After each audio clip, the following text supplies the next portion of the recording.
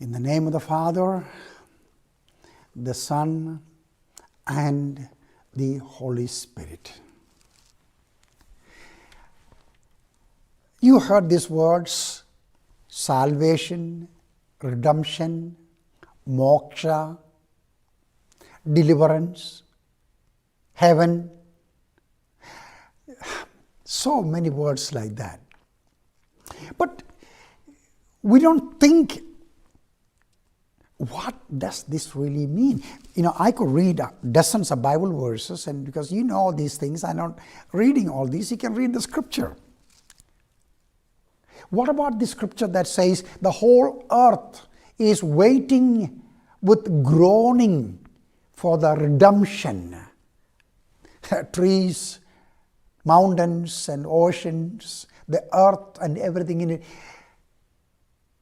they have no life, we think. But think Jesus said, if you don't praise God, the rocks will stand up and start praising God. So what is redemption, salvation for us, people made in the image of God?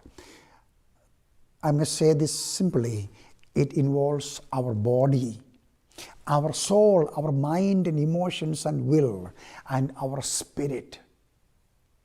That's what Thessalonians says, at the coming of the Lord, your body, your soul, your spirit may be found perfect.